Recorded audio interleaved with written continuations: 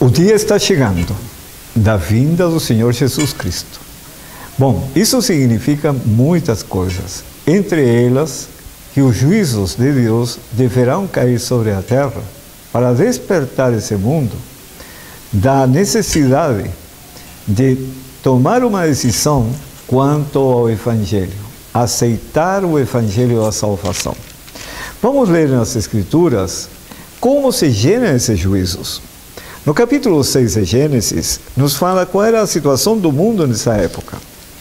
No versículo 5 diz: viu o Senhor que a maldade do homem se havia multiplicado na terra e que era continuamente mau todo o desígnio do seu coração. Agora, passaram os anos, a terra foi destruída pelo dilúvio e chegamos no tempo de Abraão, mas agora a situação era tão semelhante como era antes do dilúvio, e veio a destruição de Sodoma e Gomorra. Mas observemos por quê.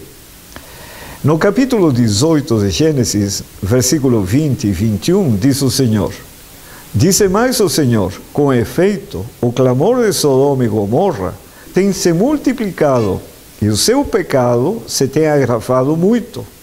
Descerei e verei se, de fato, o que tem praticado corresponde a esse clamor que é vindo até mim. E se assim não é, sabê-lo-ei. No capítulo 19, agora, nos dá as razões do porquê era esse clamor. No versículo 1 diz: ao anoitecer, vieram os dois anjos a Sodoma, a cuja entrada estava Ló assentado. Este, quando os viu, levantou-se, e indo ao seu encontro, prostrou-se rosto em terra. Verso 2: e disse-lhes: eis agora, meus senhores, vinde para a casa do vosso servo, pernoitai nela e lavai os pés, levantar-vos-eis de madrugada, e seguireis o vosso caminho. Responderam eles: não, passaremos a noite na praça. Bom, Ló insistiu e eles acabaram ficando na casa de Ló. Mas o que aconteceu?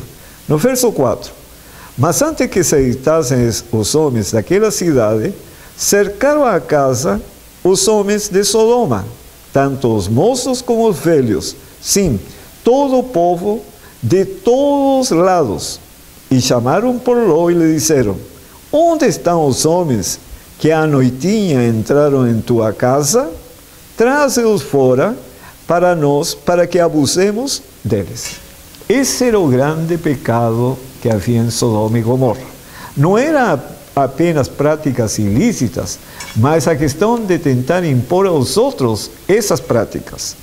E no verso 12 e 13, continua o relato: então disseram os homens a Ló: tens alguém mais dos teus? Os dois anjos. Genro e teus filhos e tuas filhas, todos quantos tens na cidade, faze-os sair deste lugar, pois vamos destruir este lugar, porque o seu clamor se tem aumentado, chegando até a presença do Senhor, e o Senhor nos enviou a destruí-lo. Então vocês percebem, a causa do porquê dos juízos de Deus é porque o pecado não era somente um pecado de uma prática individual, mas procurar envolver os demais. Bom, passaram os anos e isto também aconteceu em São Francisco, nos Estados Unidos. Em 1903, conforme está relatado em Eventos Finais, página 114, está escrito: São Francisco e Oakland estão se tornando como Sodoma e Gomorra. O Senhor irá puni-las. Não vai longe o tempo em que elas sofrerão os seus juízos. E em seguida diz: a cidade de São Francisco é uma mostra do que o mundo inteiro se está tornando. As mesmas práticas de Sodoma e Gomorra. E isso também aconteceria com o mundo. E diz ainda, em Eventos Finais, página 115, os juízos que já ocorreram foi a destruição de São Francisco com um grande terremoto em 1906. Constituem uma advertência, mas não o fim da punição que sobrevirá às cidades iníquas. As profecias cumprir-se-ão com tanta certeza como vimos a desolação de São Francisco. E no livro Evangelismo, página 27, diz o seguinte: tenho ordem de declarar a mensagem, dizendo que as cidades onde reina a transgressão, extremamente pecadoras, serão destruídas por terremotos, pelo fogo e por dilúvio. Agora bem, a seguir, vocês verão uma série de vídeos, primeiro mostrando o cenário religioso. Qual é o parecer que os religiosos cristãos atuais têm das Sagradas Escrituras? Começa com um líder da Igreja Católica e prosseguem vários líderes evangélicos que participam de um programa da BBC de Londres, onde está presente um pastor adventista. E a esse pastor lhe perguntam a respeito de sua crença na segunda vinda literal de Cristo. E ele começa a explicar. E todos riem e zombam da crença desse pastor adventista, que é conforme às Sagradas Escrituras. Aí pode-se ver qual é a ideia que eles têm da Sagrada Escritura, como a consideram. Bom, depois disso, de mostrar o cenário religioso atual, aparece aí um professor falando a respeito da ideologia do gênero, procurando, por meios legais, obrigar as famílias a aceitar valores que contradizem as práticas familiares, que são valores todos que provêm das Sagradas Escrituras, quanto à questão da sexualidade dos filhos. E tentar impor uma prática que, aos olhos de Deus, é ilícita. A seguir, mostra os últimos furacões que afetaram os Estados Unidos em 2017, que um foi na Carolina, outro na Flórida e outro em Texas. E os danos, embora não houve destruição de cidades, mas os danos foram bastante grandes. E por último, um vídeo onde mostra a atitude do presidente Trump, convocando os líderes religiosos cristãos e evangélicos e decreta o domingo, declarando-o como dia de oração. É interessante porque nós veremos que nessa mesma sequência virá a destruição das cidades. Veja os vídeos agora. Então, voltando, um católico deve ser católico de corpo inteiro. Quando um católico se coloca acima da igreja para julgá-la, já deixou de ser católico. E quando um católico diz, eu vou pegar a Bíblia para ver o que a igreja está dizendo, ele também já virou protestante. Aqui está o erro dos protestantes. Colocam a Bíblia acima da igreja. Isso é bobagem pura, porque a Bíblia nasceu na igreja. A Bíblia é a expressão da fé da igreja. Santo Agostinho dizia, eu creio nas Escrituras porque a igreja me diz para crer nelas. Então a Bíblia é o livro da igreja. Então é tirar da cabeça essas ideias tortas e ser católico de verdade. Um bom estudo do catecismo e uma boa dose de humildade resolve essa. Por favor.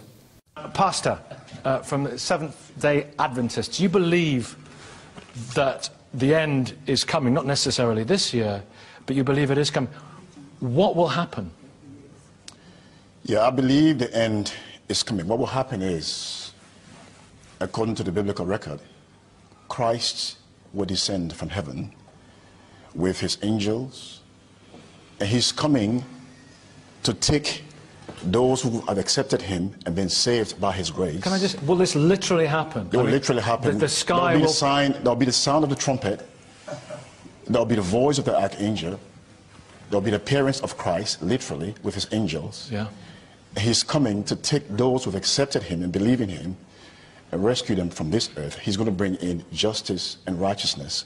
Will the sky part? The sky is going to open, according to the biblical record. The sky is going to open. He's going to descend with his angels, and he's coming to take those who have been saved by his grace. Pretty mean-spirited Christ. Well, no, hang on, no, listen, wait a minute, wait a minute. You're not going to be laughing soon, I'll tell you that. Listen, it says, this is all in the Bible, isn't it? It's in Yes, Revelations and Thessalonians, and it's in Revelation, John. it's in Thessalonians, Yeah. it's in the book of John. Yeah. What happens then? What happens during there's a thousand year period. What happens then? Yeah, there's a period of 1,000 years, and the 1,000 years begins at the coming of Christ. He comes to take those, like I said, who have been saved by his grace, and those who have not accepted Christ, because God gave us, he gives everybody the provision to accept the salvation that he offers free of charge. He's offered salvation free of charge for those who accept it. So it's not just Seventh-day Adventists? Not just Seventh-day Adventists, it's open to everyone. Everyone who's accepted Christ, but not Muslims or Hindus or... Sikhs. Well, I haven't accepted him. Yeah. Christ, he makes a statement in the Jews? book... No, he makes a statement. He makes a statement in the book of John, chapter 14, verse 6. Right. He says that I am the way, the truth, and the life. But he only takes those who believe in him. I'm the way, the truth. What about children who I'm the never... way, the truth. Sorry, I'm coming. I'm the way, the truth, and the life. Yeah. No one comes onto the Father Right. except through me. It's a radical statement. It is a radical statement. It's a radical statement. It's an exclusive statement. It's a radical statement. Absolute rubbish. Okay, tell me about that. What would you like to say? Sorry, let me just finish. Okay. No.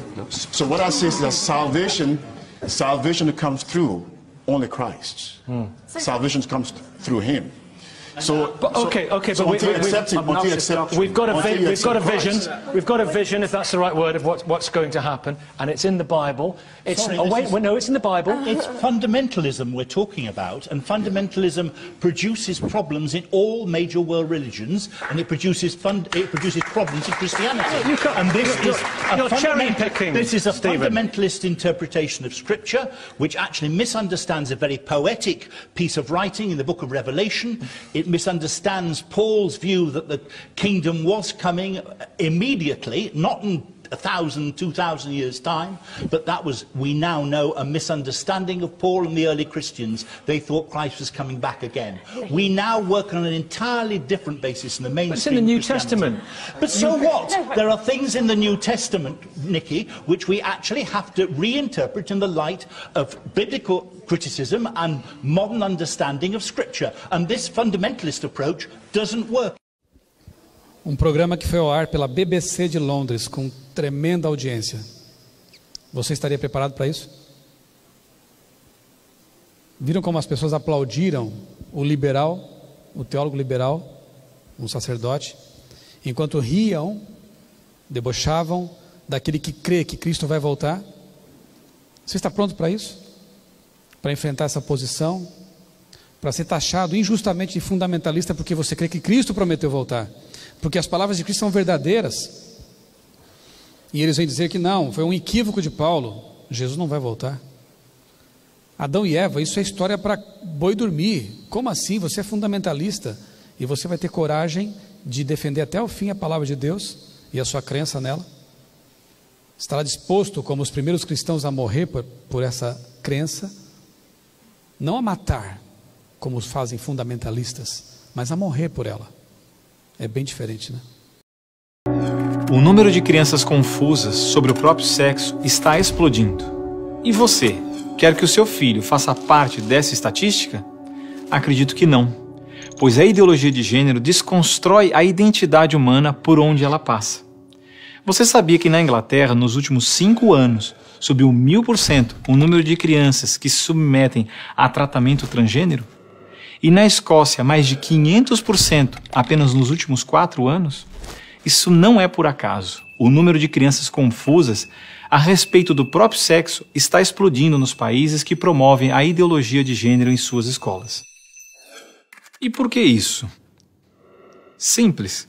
A ideologia de gênero afirma que ninguém nasce homem ou mulher, mas que cada um deve construir sua própria identidade. E se é assim, todas as crianças devem experimentar todas as formas de sexualidade possíveis até encontrarem um gênero para si mesmas. Como isso se daria? Através de materiais didáticos e uma nova pedagogia voltada para a desconstrução sexual. Sim, ideias têm consequências, e as consequências da ideologia de gênero promovem exatamente esta confusão, fazendo nossas crianças duvidarem de si mesmas na sala de aula, ambiente onde os pais estão cada vez mais ausentes e onde as crianças estão em fase de natural imaturidade e questionamento. O que muitos escondem é que existe uma verdadeira indústria do gênero por trás de toda essa confusão e que está organizada para destruir nossas famílias. Com certeza você já ouviu na televisão alguém dizer que a família é uma instituição antiquada, que os tempos mudaram e que precisamos abrir a cabeça. É porque não estão conseguindo mudar a cabeça da população que a estratégia de promover a ideologia de gênero nas escolas se tornou tão urgente para eles.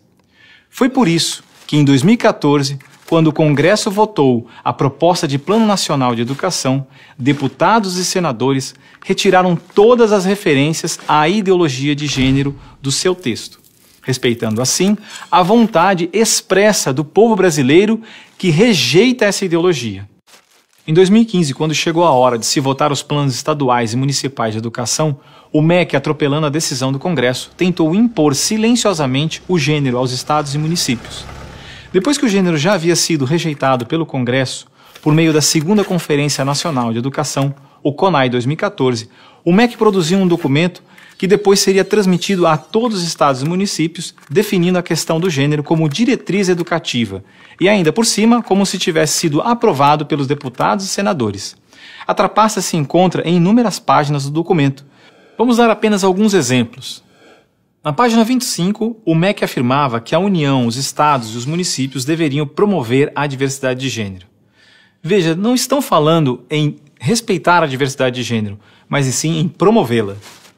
Na página 36, você vai ler que os estados e municípios deveriam disseminar materiais pedagógicos que promovam a igualdade de gênero, orientação sexual e identidade de gênero. Na página 41, que estados e municípios deveriam desenvolver, garantir e executar anualmente nos sistemas de ensino fóruns de gênero. Na página 92, que estados e municípios deveriam ampliar os programas de formação dos professores sobre gênero, diversidade e orientação sexual. Mas vejam, assim como eu, milhares de pais e professores lutaram democraticamente contra o documento em nossas câmaras municipais. O movimento foi histórico e disse não a essa fraude. Cidade a cidade, a ideologia de gênero foi rejeitada dos planos de educação de quase todos os 6.000 municípios brasileiros. Era de se esperar que após essa imensa pressão popular, o governo desistisse dessa ideia de introduzir à força o ensino da ideologia de gênero nas escolas do Brasil. Mas não, o MEC colocou novamente as chamadas questões de gênero na Base Nacional Comum Curricular, um documento que se propõe a impor o conteúdo de aprendizagens consideradas essenciais para todos os alunos brasileiros. Se for aprovada, a base deverá ser implementada por todas as escolas do Brasil, não só na rede pública, mas também na rede privada. Na prática, o documento propõe os seguintes absurdos nas nossas escolas. Na página 159, está escrito que o professor de artes deve desenvolver as aulas discutindo experiências corporais, pessoais e coletivas, de modo a problematizar questões de gênero e corpo. Na página 165, se volta a dizer que o professor de artes deve refletir sobre as experiências pessoais e coletivas desenvolvidas em aula ou vivenciadas em outros contextos, de modo a problematizar questões de gênero, corpo e sexualidade. Na página 305, se estabelece que na área de ciências humanas, a diversidade de gênero deve ganhar especial destaque. E não para por aí. Na página 351, se estabelece que o professor de História coloque em destaque as temáticas voltadas para as questões de gênero. Na página 378, se estabelece que o professor de História trabalhe em aulas questões de gênero, anarquismo e protagonismo feminino, mostrando as transformações ocorridas no debate sobre as questões de gênero no Brasil durante o século XX. Vocês estão vendo? A ideologia de gênero está presente no documento, é explícito, e o governo brasileiro demonstra com isso ignorar a vontade popular. Se a base for aprovada, terá valor de lei e será obrigatória. A ideologia de gênero será imposta de forma autoritária como a única moral permitida, quer os pais queiram ou não. Mas o que diz a nossa Constituição? Diz que a educação é dever do Estado e da família, e que o Estado deve criar todos os meios legais necessários que garantam à família a possibilidade de se defender contra qualquer programa, prática ou propaganda que contrarie o respeito aos valores da família. E ainda mais, o artigo 26 da Declaração Universal de Direitos Humanos diz que os pais têm prioridade de direito na escolha do tipo de educação que será ministrada a seus filhos. Não vamos aceitar a imposição deste absurdo sobre os nossos filhos. O governo pretende, aprovar a Base Nacional Comum Curricular ainda este ano de 2017. Por isso, pare, reflita e nos ajude enquanto ainda é tempo. E compartilhe esse vídeo com pais, professores, diretores de escola, vereadores, lideranças de sua comunidade. Ninguém pode ficar indiferente. A ideologia de gênero deixa marcas que ficam para sempre.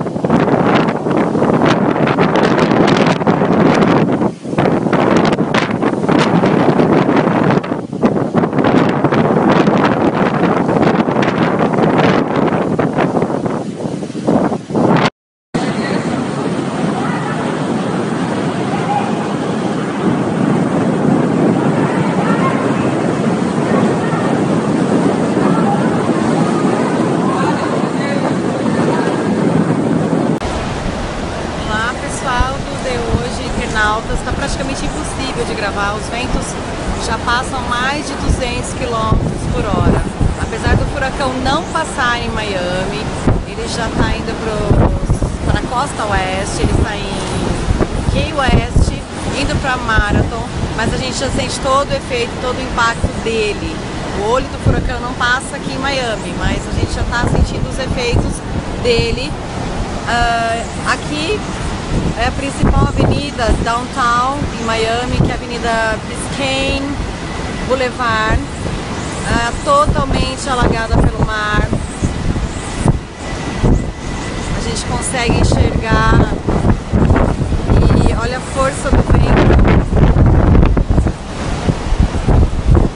Quase toda a cidade sem energia, sem abastecimento de água. Os prédios aqui são modernos, já sob a base do novo Código de Construção Civil do governo da Flórida, imposto pelo governo da Flórida. Então, praticamente são os prédios próprios, né, que estão com estrutura para aguentar um furacão, terremoto. Eles têm geradores, a gente está com internet, água, abastecimento é parado a cada 2 horas, volta. Mas a gente vê os transformadores, alguns da cidade sendo explodidos, a gente vê os clarões verdes nitidamente. We invite all Americans to join us as we continue to pray for those who have lost family members and friends and for those who are suffering from this great crisis. And behind me we have faith-based people who are highly respected. And especially so in their communities where they're not only respected but they're loved. Evangelical leaders, Christian leaders, many people of faith. And I just want to thank you all for being with us today, because we're going to be signing a day of prayer, and that'll be on Sunday. It'll be a very special day, and I don't know when this was done last, but it's been a long time ago. Is that a correct statement? It's been a long time ago.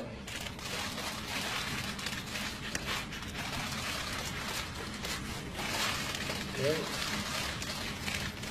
So this is going to call.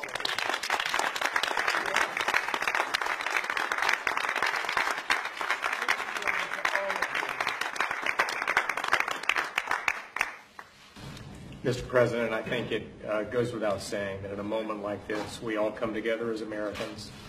We all bow to Almighty God. We ask for His grace and His mercy over those who are affected.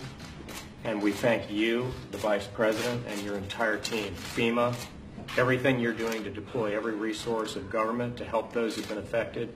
And most of all, Mr. President, we thank you for acknowledging that ultimately it is God who is the source of our unity as Americans, and I thank you for issuing this proclamation today.